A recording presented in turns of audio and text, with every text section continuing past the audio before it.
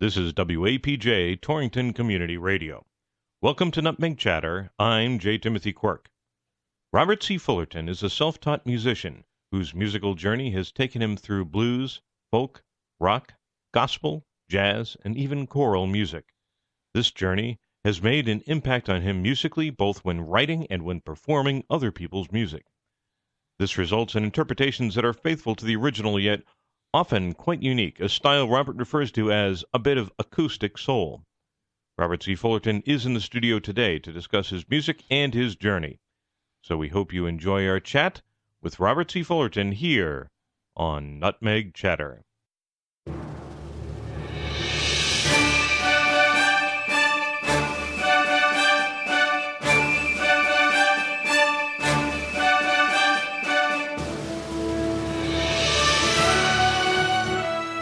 Welcome back to Nutmeg Chatter. I'm J. Timothy Quirk. In studio today is Robert C. Fullerton, self-taught musician whose albums include Never Too Late and Let It Rain. Robert, thank you for visiting us here in WAPJ on Nutmeg Chatter. You're welcome, and thank you for having me. Now, the introduction that I just described acoustic soul. Could you elaborate a little bit more about that particular journey, the musical journey? Sure. Well, the journey, I grew up in a home, as I told someone else lately, that at least in my earliest years, there was probably records and radio on more than there was television. I grew up around, the old country music, around Southern gospel music, around the early days of rock and roll, Bandstand, the Beatles, Elvis, and even further on out. But as I got older, there were certain chords that as a guitarist, guitarists out there, musicians will understand if I talk about major 7 chords, those always had an appeal to me, something about the sound of them. Then, extending that on further on as I got older, I was a high school choral director for a while, which, took me off on a whole different path, after having done folk and blues and that kind of stuff. And then for about 10 or 12 years, I think it was, I was really getting strictly into jazz, had a quartet and the whole works.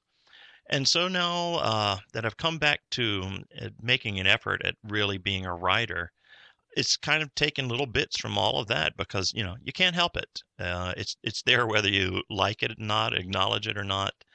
So expression-wise, because my music is primarily acoustic driven, it's that soulful element to it. There is another phrase that people used, blue-eyed soul. Sure. So, similar thing. I'm just looking for a different title for it, maybe get a little different attention from it.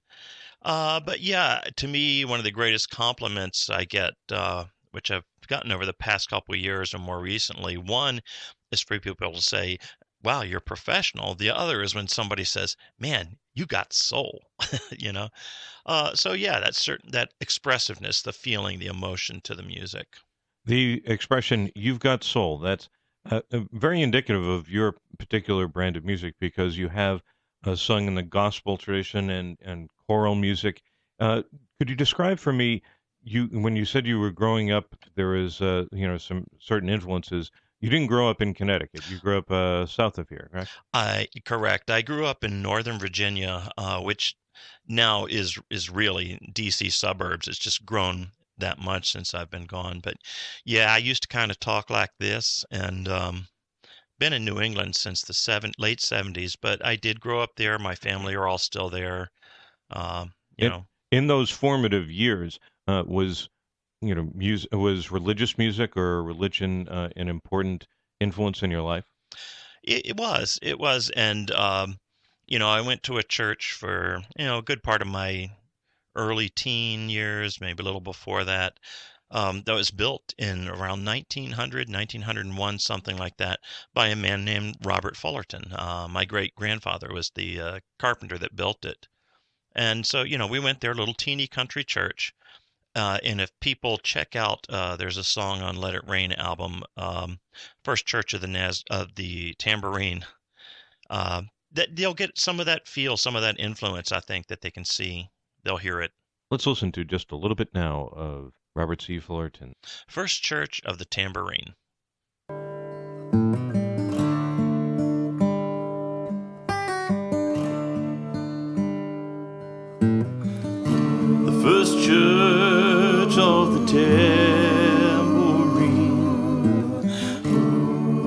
Sunday meetings can be quite a scene, but you needn't worry about your self-esteem at the First Church of the Tambourine.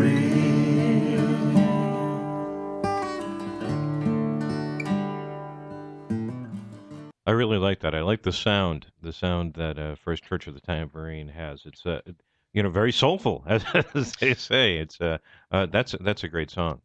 Yeah, to me, it's, again, it's having not just grown up in Virginia and gone to a Southern Baptist church, but also for a few years after that, traveling a fair bit and spending some time in the Midwest, and Now, did the Midwest influence your music at all? Because I can definitely hear that Southern religious gospel sound. I can hear that. What about the Midwest travel inspired you? yeah, not really so much. I mean, I have visual memories, and that is another part of the Bible Belt as such. I've never had any desire to live in the Midwest, much of it, but again, it's that there, and there were certain other movies. There was a movie, oh geez, I think it was in the '80s, Places in the Heart or Places of the Heart with Sally Field. Sure.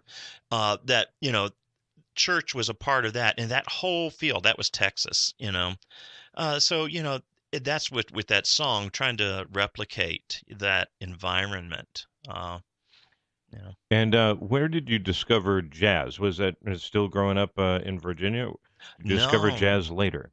Yeah, no, I didn't really get into jazz until I was, oh, geez, I'm going to have to do math now and admit my age. Um, This is a no math program, yeah. please. So, Somewhere probably around my mid to late 40s. and Yeah. what about jazz appealed to you at that point in time? I think some of it was just the right place and the right time.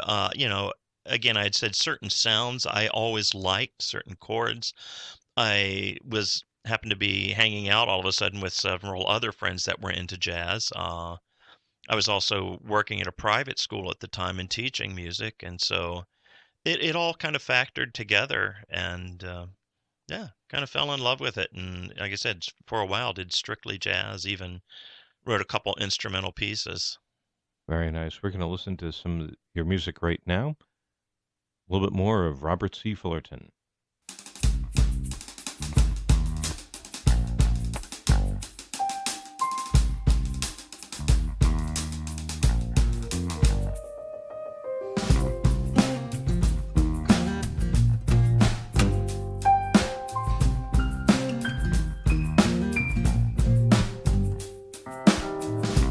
Ed McMahon, won't you please knock on my door?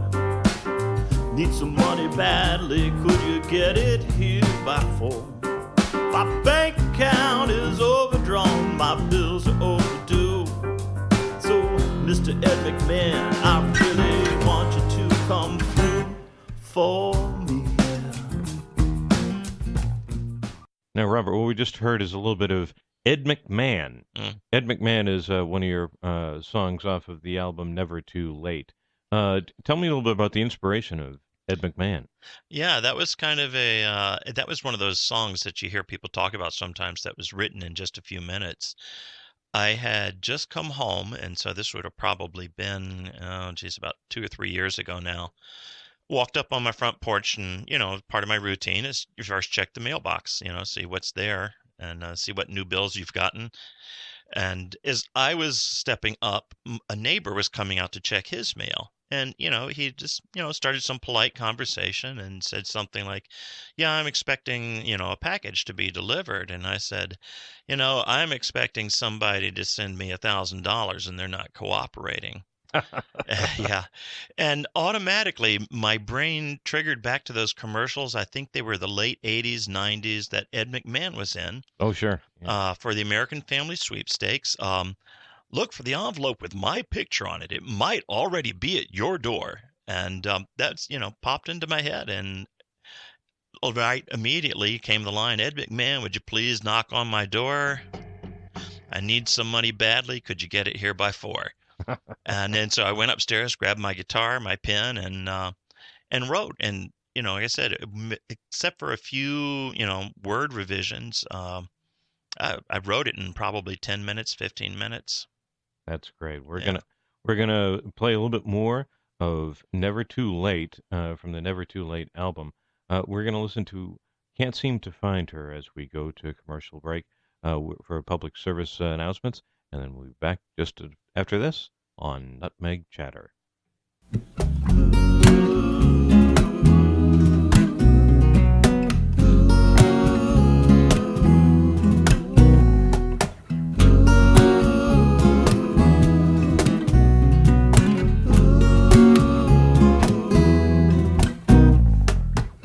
Trying to find a woman that will suit my mood is like searching for corners in an oval room.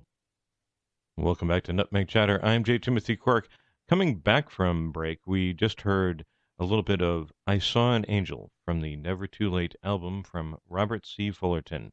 Robert, what could be the greatest influences for your writing today?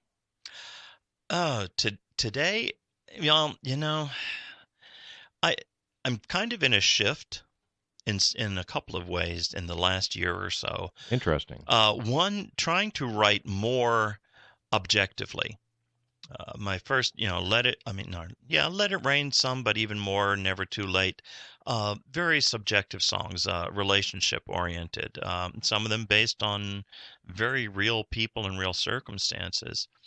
Uh, so now I'm doing a couple where I'm intentionally trying to look at different experiences or look from a different person's point of view. Um, or to take, a real life experience and then just kind of go from there to try and write poetry. But really, I think, and someone said all songs are love songs. It does come back to that. There is the relationship issue. And so, you're trying to now write more from an objective standpoint, but still based on some concepts that are very important to you. Would that be correct? Absolutely. For instance, I've got one that actually the inspiration happened right here in downtown Torrington, probably about 3 years ago, 4 years ago. Uh, fall summer, a cool fall Sunday morning. I was out walking and encountered a man and had a conversation with him. He was waiting for the soup kitchen to open. And the conversation, it just inspired me so much that I just immediately went down the street, found a place to sit, pulled out my phone. That was the only thing I had to write on, and wrote the song. So it's really about this person. It's the whole thing was that he really wasn't looking for a handout. He didn't ask me for money. He just needed someone to converse with. Wanted to spend a little time with someone and talk. And that interaction then resulted in you writing a song that was based upon that particular experience? Yeah, and that'll be on the album I'm working on. But, the chorus is basically, but he didn't want a handout, $0, nothing more, just another soul to talk to. I know, I've been there before. Yeah. Robert C. Fullerton, ladies and gentlemen. Very nice. Thank you for singing live for us in the studio here on WAPJ. Now that's great. So you're influenced by your surroundings, by the things that happen to you, and then you try to articulate that both within the writing and in the musical structure. Is that correct? Correct. Very nice. Now, do you like to work with other artists, other musicians? And if so, could you tell me a little bit about those type of experiences, either in the recording or performing live? Well, yeah, both aspects. Deal with the recording first. When I recorded Never Too Late, and that was released 2013, I did all the vocals, I did all the instruments, and part of that was budget, but part of that was also I needed to do that perhaps more for me than it wasn't anything about really proving to anyone else. It was proving to me that I could do it. The other albums, Let It Rain and the new one, Let It Rain, I had, some important names. Angela Luna doing some vocals, Gracie Day, Atticus Kelly of the McLovins, Isaac Young was a photosynthesis, but he's on some new project now. George Mastrigiannis. New album, I've got. I think I'm used about 3 or 4 different drummers so far. Uh, George again, Jared. George is a great drummer, and Angela Luna and Gracie Day. Wow, that's Yeah, yeah. fantastic. I mean, they're great friends too, and so to be able to pull them in and use their talents, yeah, it's good. And they're, like I said, most of them I'm going to be using again, hopefully, but also expanding the circle. Uh, Live, yeah, Gracie and I have done a fair number of concerts together, gigs together, with a couple more coming up in the not too far distant future. And there are some others. I enjoy working with other people, and would really love to be involved in more things that do that. I had a series a while back, a couple years ago, here in Torrington, Songwriters Take on the Great American Songbook. I remember that. Yeah. Yeah, which I really enjoyed, and it gave me the opportunity to work with several other songwriters in the area.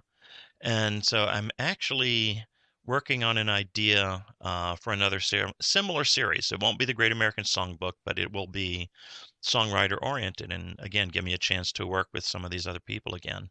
I remember this is a number of years ago in Torrington. There was the Desultory Theater Club. Hmm. It was right on Water Street, Yeah. and Roberts uh, had a series, which is the Take on the Great American Songbook, and I remember that you had Krista Moon as Hmm. one of your guests. That I went to that particular show. That was a phenomenal show because I enjoyed both of your work, Yeah. and together when you performed. I thought that created some electricity in the room there because you're both working on something that was totally different and in a way that kind of expanded both your horizons. And I like that. I like the fact that you were able to, you kind of take something and create something totally new for that particular live audience. I really like the concept of performances in the round, which is mostly what that series was. I've done a couple other songwriter series as a guest that are in the round, and it's really nice because the person before you might either sing a song or something in their introduction to their song that triggers and changes what you're going to do. And the serendipitousness, is that a word? The Yeah, serendipity of it, serendipity, sure. yeah, is really kind of neat, and it's more organic. And I think audiences really kind of like that too. Absolutely. Now, do you like performing live? I do. I do. Just got back from a gig last night, and it's not always easy, but for the most part, especially when you feel like you can connect with an audience, and they're there with you and listening, and yeah, absolutely.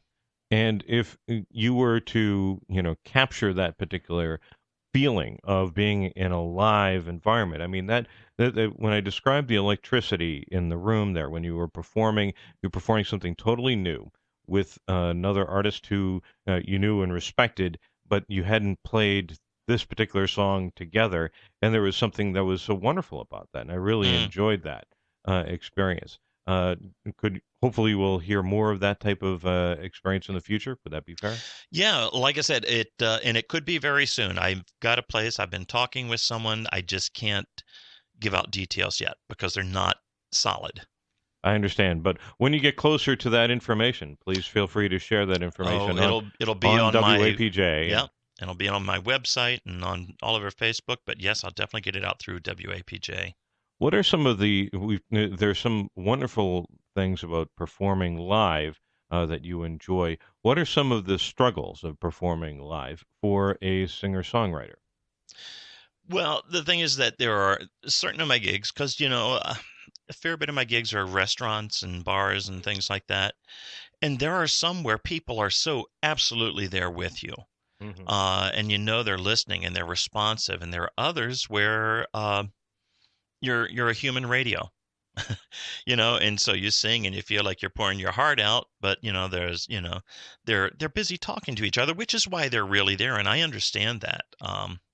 But it sometimes is, you feel you're working extra hard emotionally, and you know And especially if somebody requests a particular song and then you sing it, they should pay attention to you when you sing it.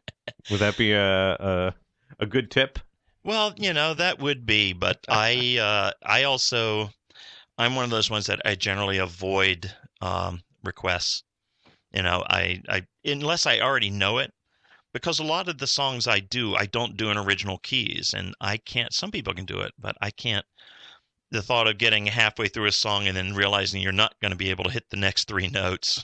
Uh-oh. I can't make myself do that. So, what I'll do is I'll, politely say to someone, I'm not prepared to do that song, but, if you write it down for me, next time I come, I'll try to have it ready, Nice. That's so. And do you go to the same the same places, or do you try to go to to the same general areas to perform? Most of the places I do, excuse me, I am there multiple times. I have one where I have a monthly residence, like I'm always the second Wednesday or second week of the month, something like that. But the others, yeah, I'm there usually once a month, once every month and a half, 2 months, something like that. Well, as we go to break, we're gonna listen to just a little bit more of the music of Robert C. Fullerton here on Nutmeg Chatter.